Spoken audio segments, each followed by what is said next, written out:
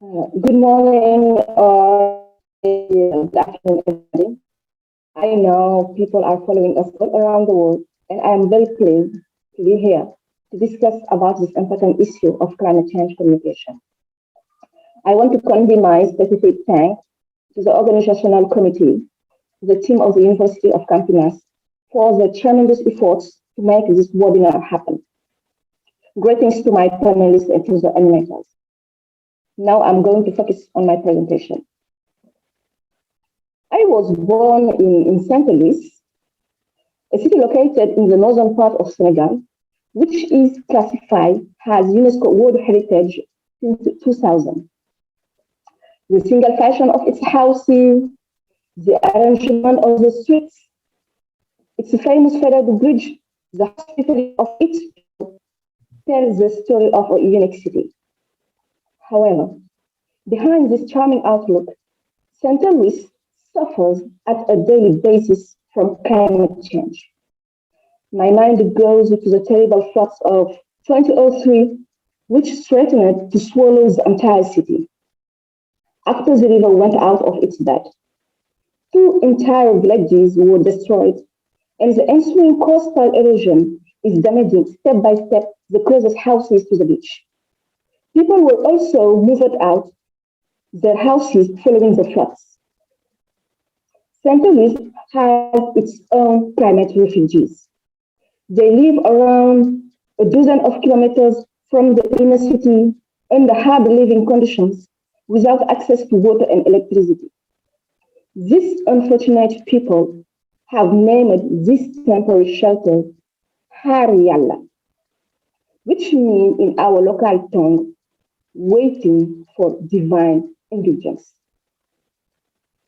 A name which shows us, on the one hand, some fatalism from the populations facing the impact of climate change, and the other, it questions the challenges of climate communication in a particular cultural context. My presentation will revolve around 2 parts. First, I will issue a contextual background to highlight the complexity of climate change communication in Africa. Then I will insist on the challenges to be met by communication. First part, the complexity to communicate on climate change in Africa. Climate change is a very complex issue, and it is impossible for a single field of expertise to embrace its several dimensions. The diversity of the speakers gathered in this international webinar bears witness to this remark. The climate issue requires significant scientific and technical mediations, the relevance of which we are discovering through the crises that affect us. So, from our point of view, it is difficult to communicate on climate change for 2 main reasons.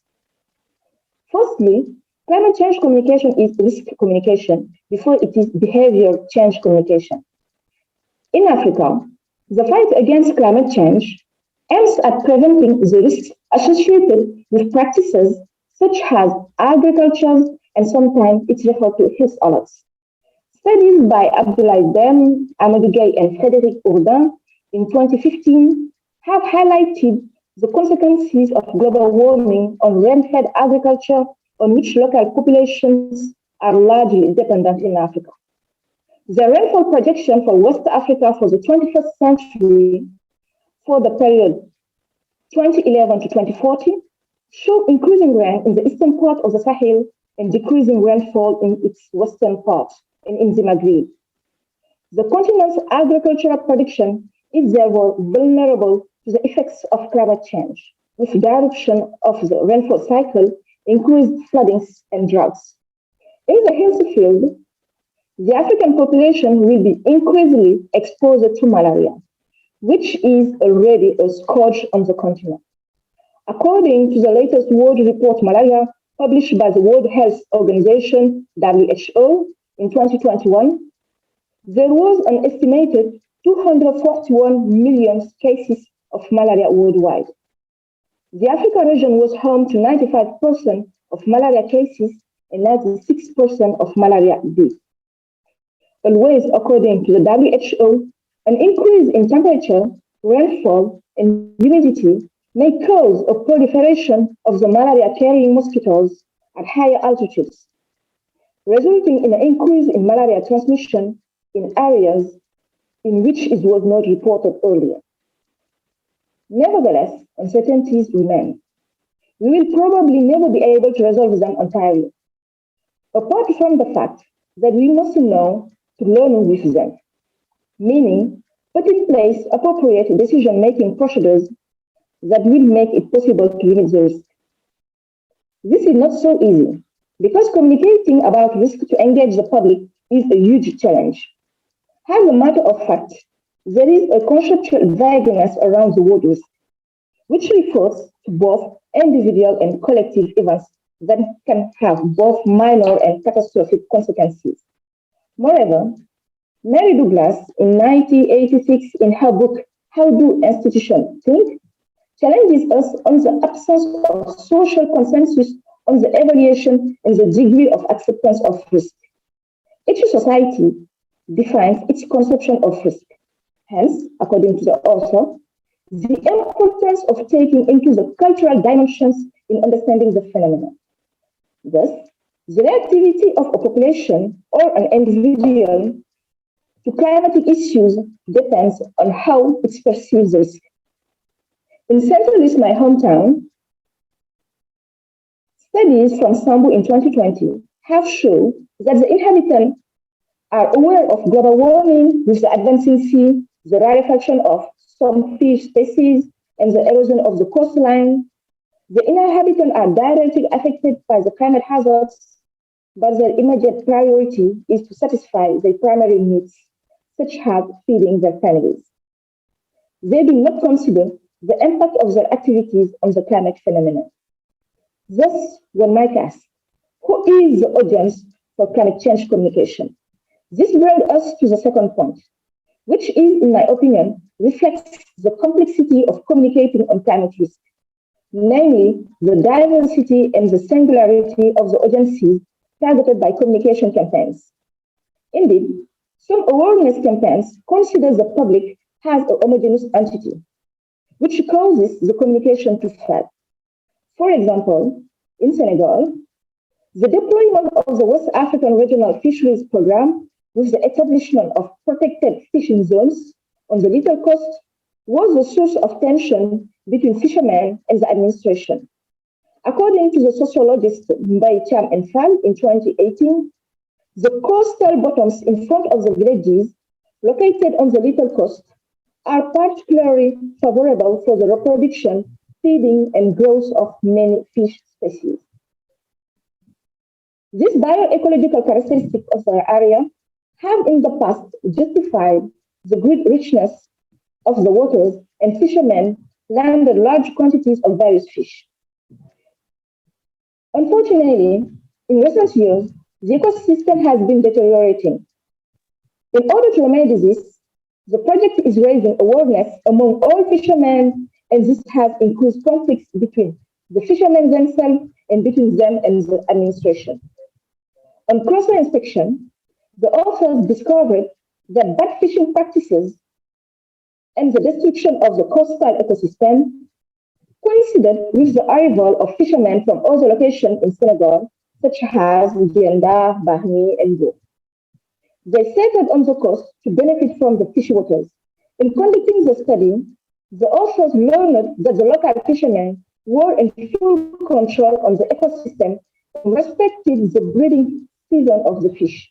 As a result, they felt offended at being put on an equal footing, and this led to a rejection of the project.